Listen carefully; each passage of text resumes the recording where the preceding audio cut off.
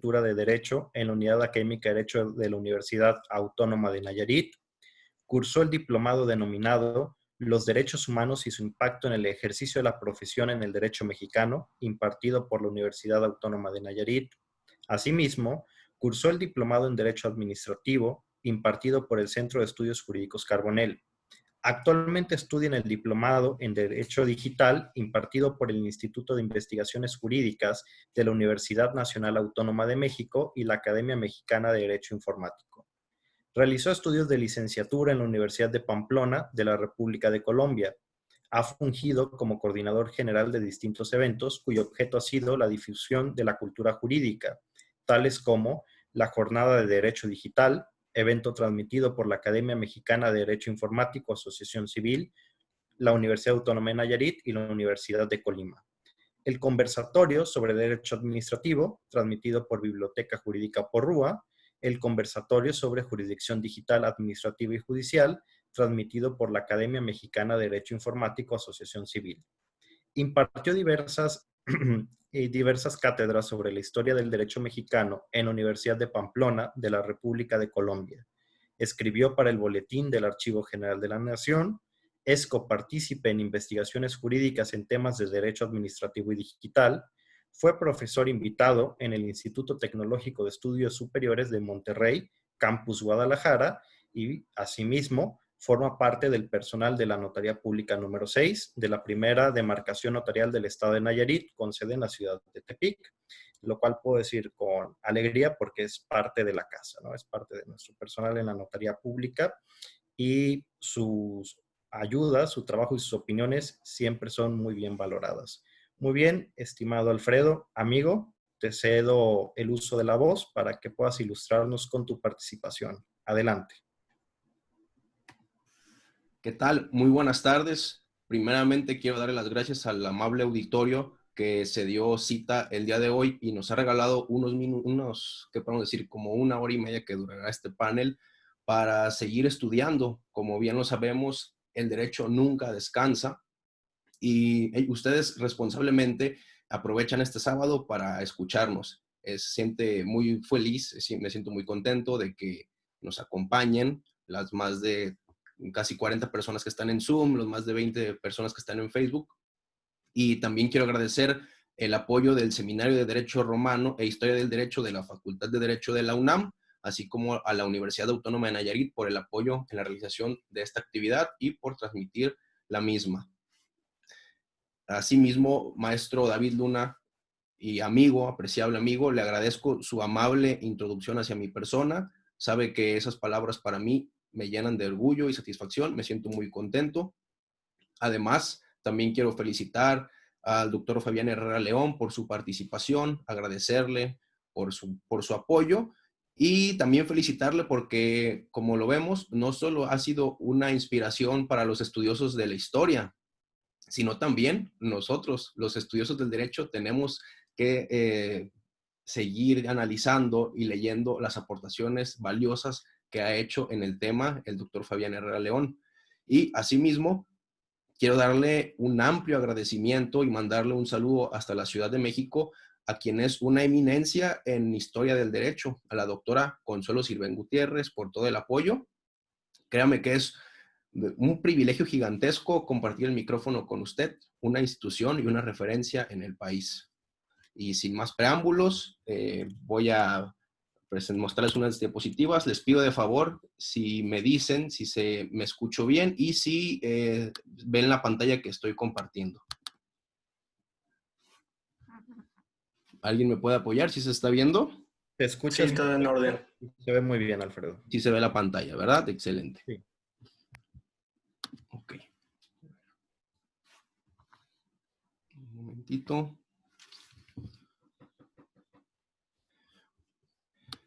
Mi ponencia la titulé La Administración Pública de México en el marco de la Sociedad de Naciones, panorama jurídico. Es una mezcla entre historia del derecho y un poco de derecho administrativo. Para estos efectos, dividí en 4 partes mi presentación. Brevemente abordo unos temas en la introducción. Continúo con la administración pública previo al ingreso de México a la Sociedad de Naciones. Después vemos cómo es la administración pública de México durante la Sociedad de Naciones y al final externo mis conclusiones. En la introducción hablaré sobre unos rasgos muy generales y esenciales sobre la administración pública y los inicios del derecho administrativo en México. Esto lo traigo a colación porque no titulé mi ponencia como el derecho administrativo en el marco de las Sociedad de Naciones, sino como la administración pública. Aquí brevemente explico el porqué. La administración pública, nuestro sistema jurídico es un término de reciente creación. Aparece hasta 1976 en una ley y hasta 1981 en nuestra Constitución. Sin embargo, en la práctica, esta disciplina ya se tenía mucho tiempo practicando y en otros países muchísimo más tiempo que en México, y a pesar de que en la ley no existía este término, en la práctica ya había administración pública en nuestro país. ¿Y qué se hace en la administración pública? Hay dos teorías, la teoría objetiva y la teoría subjetiva. Ambas coinciden en que tienen por objeto lograr el interés general. La diferencia es que en la teoría objetiva, quienes hacen la administración pública son los tres poderes, y en la teoría subjetiva, solamente el poder ejecutivo. Sobre esta teoría versa mi presentación. Brevemente, el derecho administrativo en México tiene estos antecedentes muy generales desde 1852 con el jurista Teodosio Lares, que publica sus lecciones de derecho administrativo. Después, en el 75, José María de Castillo Velasco publica los ensayos sobre el derecho administrativo. 20 años después, el profesor Manuel Cruzado escribe sobre elementos de derecho administrativo, y son teorías, la mayoría de estas tres, adoptadas del derecho administrativo francés, que nos daban una idea en México de qué era el derecho administrativo. Sin embargo, formalmente en México no estaba madura esta ciencia. Hasta que en 1934, el célebre administrativista don Gavino Fraga Magaña publica su Derecho Administrativo. Casi 40 años después de la publicación de Manuel Cruzado, llega don Gavino Fraga, y en mi opinión hay un antes y un después en la historia del derecho administrativo con sus aportaciones a esta disciplina. Creo que se me trabó en la laptop. Perdón, creo que sí se me trabó. Listo. Listo, disculpen,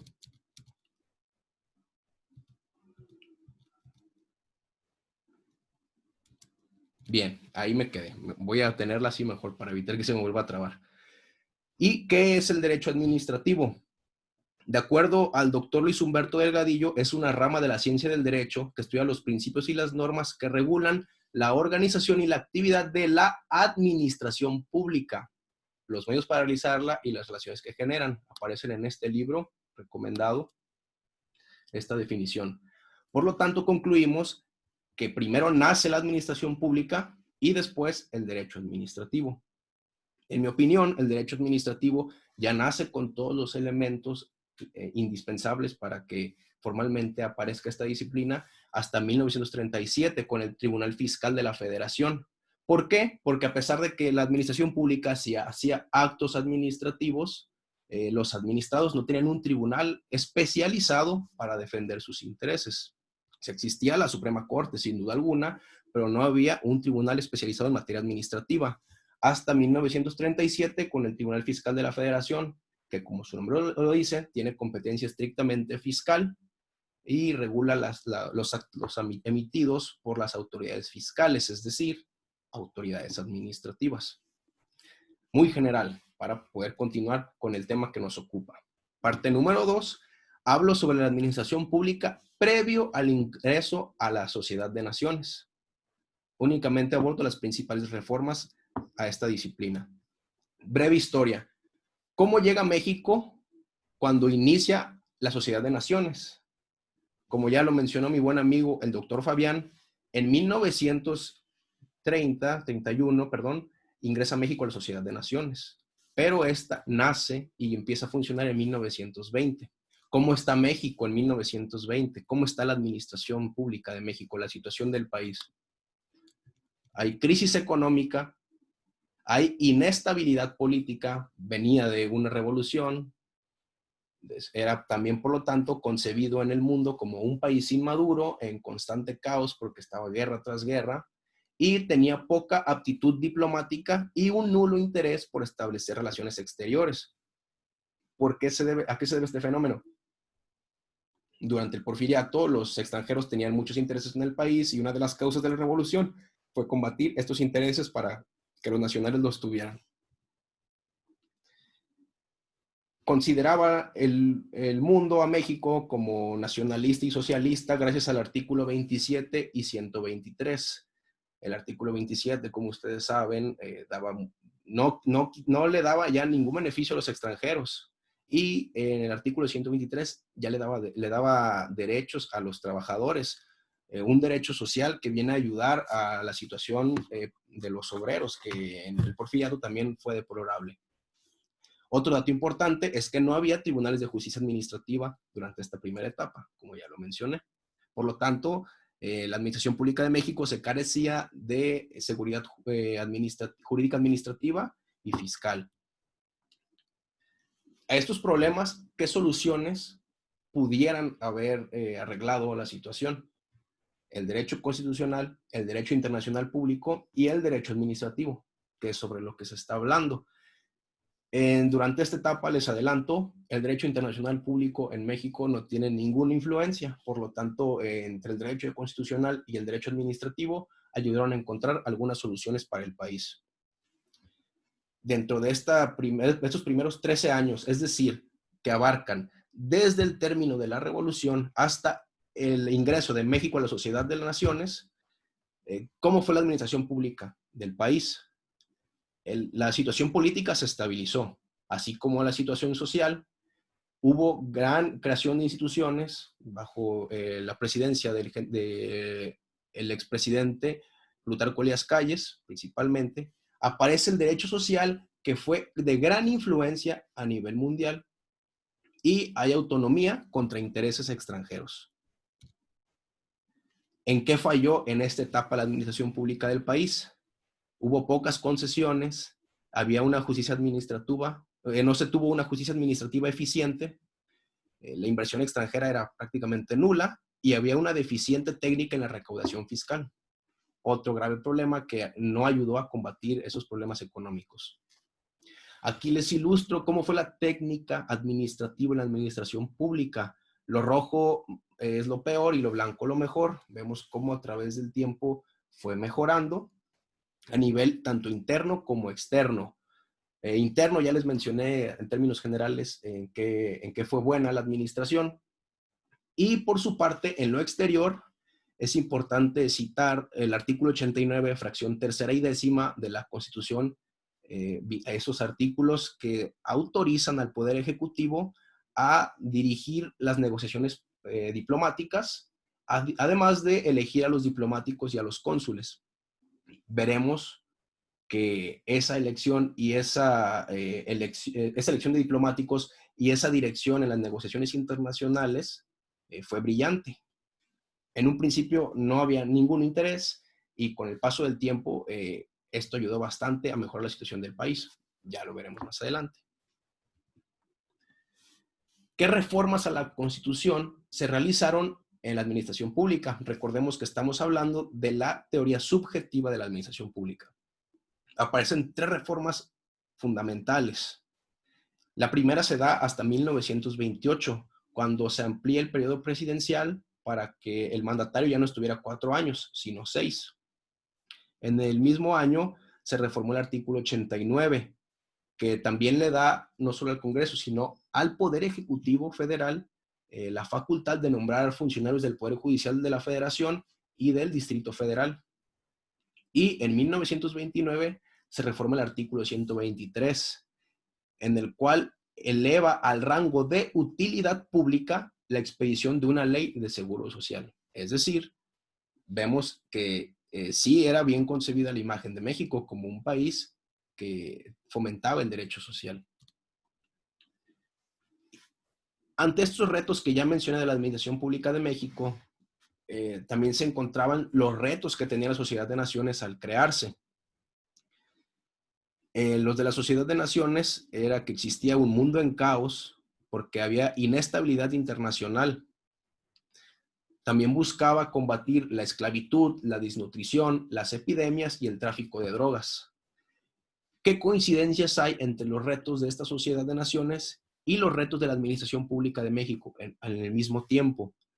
La inestabilidad. En México había inestabilidad política, en el mundo había inestabilidad internacional, pues como ya se mencionó, el mundo había tenido la Gran Guerra, fue la Primera Guerra Mundial, y por lo tanto estaba en caos. México venía de un periodo porfiriato que terminó con la Revolución Mexicana, otro caos para el país. Por lo tanto, coincidían en estos retos tanto la administración pública del país como de la Sociedad de Naciones.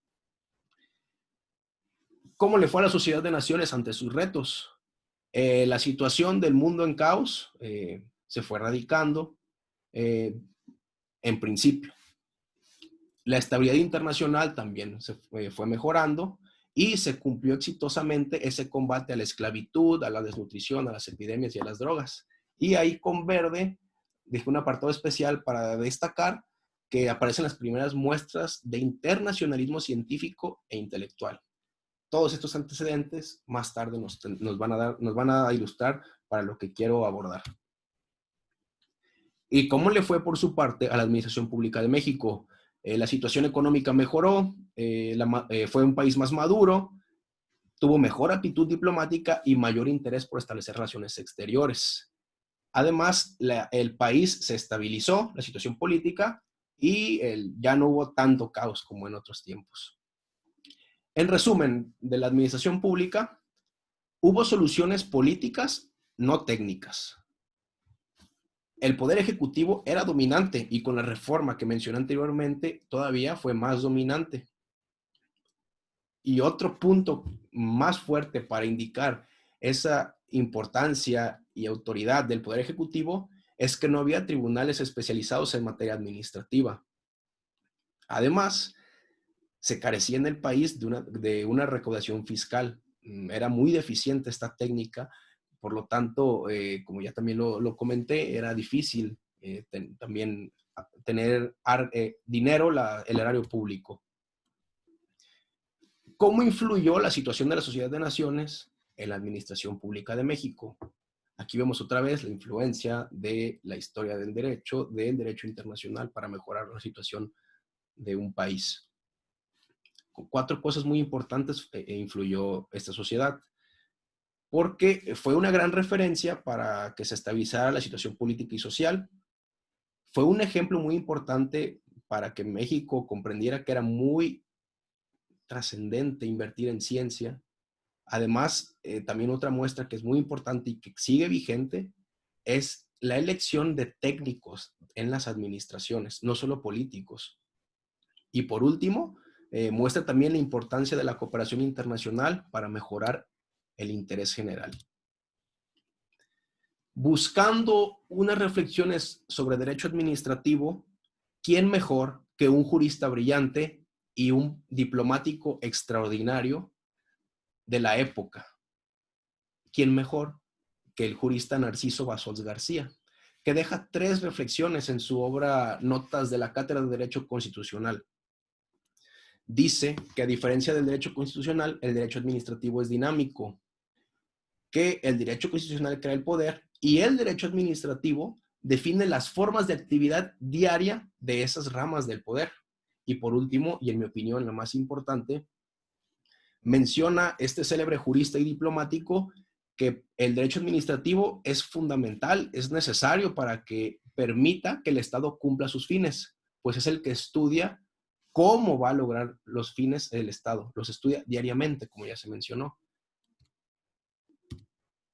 Así que, por lo tanto, las reflexiones que hace Narciso Bassols sobre derecho administrativo fueron las primeras muestras de cuál era la importancia de esta disciplina. Y ahora paso al tercer apartado, que nos habla de la Administración Pública de México durante la Sociedad de Naciones. Perdón si voy muy deprisa, pero no me quiero exceder para no abusar de su amabilidad. Las principales reformas en la administración pública de la administración pública en México serán ahora enfocadas de 1931, que fue el ingreso de nuestro país, hasta 1940, en el declive de la Sociedad de Naciones. ¿Cómo llega México en esta etapa? Con crisis económica otra vez, pero con estabilidad política, un país con mayor madurez, un país que ya no está en caos, que tiene mayor aptitud diplomática, pero todo esto porque temía que una invasión tan fuerte como Estados Unidos perjudicara toda la situación política, social y económica. Por lo tanto, México también tuvo que doblegarse un poco y ser más diplomático para evitar que Estados Unidos o alguna otra potencia tuviera una intervención. Por eso también México tiene interés en restablecer relaciones exteriores y ya no estar como una nación aislada. Respecto al derecho administrativo, hay mayor técnica fiscal y administrativa. De todos estos puntos, ¿qué problemas tiene México que enfrentar en esta década de 1930 a 1940? Hay crisis económica y temor a una invasión. Este temor, creo yo, que es el más importante. ¿Qué soluciones se encuentran? Las mismas: derecho constitucional, derecho administrativo y derecho internacional público. Solamente que en esta etapa, estas tres ramas del derecho sí fueron llevadas a cabo. ¿Cómo fue la técnica en la administración pública? Hay mejoras en el derecho agrario, hay más concesiones a empresas extranjeras, mejor política exterior y, este punto es muy importante, hay una mejor tecnificación del derecho fiscal. Por lo tanto, los aciertos de la administración pública en esta etapa es que se mejora la economía, el derecho social sigue siendo una referencia y con una mayor adopción en otros países, hay buen prestigio a nivel mundial, hay mejor técnica administrativa y fiscal, aparece el Tribunal Fiscal de la Federación y cumple con su objetivo. No hay una intervención, no hay ninguna invasión. Estuvo cerca, pero no lo hubo. Aquí brevemente señalo las reformas constitucionales que aparecen en la administración pública durante esta etapa. El artículo 83, 84 y 85 fueron reformados en 1933. Aquí se incorpora el principio de no reelección absoluta. Otro punto que da más estabilidad al país. En 1934 se reforma el artículo 27 en esta etapa se sentan las bases para una nueva codificación agraria y hay un mejor reparto de tierras. En 1934 hay una reforma importante en el artículo 3, inconstitucional, pero eso es otro tema. En esta reforma se impone el carácter socialista de la educación que imparte el Estado. El presidente en ese tiempo era el general Lázaro Cárdenas. Y por último, otras dos reformas muy importantes. En 1937, otra vez se reforma el artículo 27, que le da más facultades al Ejecutivo para dictar resoluciones de manera definitiva en materia agraria. Y en 1940, otra vez se reforma el artículo 27. Paradójicamente, se buscaba otra vez no ser una nación aislada, pero con esta reforma se expiden leyes que expropian a las empresas extranjeras. Estimado Alfredo, ¿Sí? ya han pasado los 20 minutos, pero todavía estamos dentro de los rangos de tiempo. Si gustas, puedes ir dando tus conclusiones. Todavía podemos tener unos 5 minutos de extensión. Excelente. De hecho, ya estoy a punto de llegar a las conclusiones. Una disculpa, no Adelante. me tardo más de 2 minutos. Los retos de la Administración Pública de México y de la Sociedad de Naciones durante esta etapa es que México enfrentaba una crisis económica y buscaba evitar una invasión. La Sociedad de Naciones buscaba una estabilidad internacional, que ya no hubiera más invasiones a los países que no fueran una potencia, y buscaba también un mayor desarrollo económico y social mundial. Es decir, coincidían en buscar mejorar la economía y en la estabilidad para evitar intervenciones. La Sociedad de Naciones, como vimos, llegó a su declive porque no cumplió con sus objetivos, volvió a haber otra guerra mundial, pero sí tuvo un mayor desarrollo económico y social. Además, siguió mejorando en la situación intelectual. Y por su parte, México mejoró su crisis económica y logró su objetivo de evitar una invasión. Tocando un punto aparte sobre la política exterior del país, es importante señalar que gracias a esta tecnificación en la elección de diplomáticos se pudo restablecer relaciones, lo cual influyó para que la Administración Pública de México fuera más eficiente. Y como ya lo mencioné, también aparece un Tribunal Fiscal de la Federación que ayuda a que sea mejor la técnica de recaudación fiscal y a dar mayor seguridad fiscal y administrativa a los mexicanos. Ya estoy a punto de terminar, bien, ya voy a llegar a las conclusiones. En esta etapa, la influencia de la Sociedad de Naciones en el país es que mostró la importancia de ser una administración pública independiente y ayudó a que México lo fuera. Hubo un mayor desarrollo económico y social y, como ya les mencioné, México se salvó de otra intervención extranjera porque adquirió un buen prestigio. Por lo tanto, pudo llegar a cumplir su objetivo de buscar ese interés general. En conclusiones, únicamente son 4. Que este capítulo debe ilustrarnos para entender la importancia de elegir funcionarios de brillante perfil. Número 2, muestra que la eficiencia de las decisiones técnicas dura más que las decisiones políticas. En tercer punto, es fundamental el equilibrio entre técnicos y políticos en la administración pública. Y por último, que el Estado necesita de un derecho internacional administrativo para lograr su finalidad, que es el interés general. Y antes de despedirme de ustedes y ofrecerles una disculpa por excederme un poco, quiero cerrar con esta cita de uno de los juristas más brillantes del siglo pasado, que señala: la política separa a las naciones unas de otras. La cultura, por el contrario, las acerca y las une. Gustav Radbruch, 1948. Muchas gracias por su tiempo. Adelante, maestro David. Felicitaciones por tu participación, Alfredo. Como siempre, se denota tu pasión por el derecho administrativo. Definitivamente ya estás consolidando las bases para ser todo un jurista, ya próximo a salir de la carrera, y realmente tienes toda mi admiración. Excelente tu participación. Muy bien. Entonces, con eso damos por terminado el segundo apartado y abrimos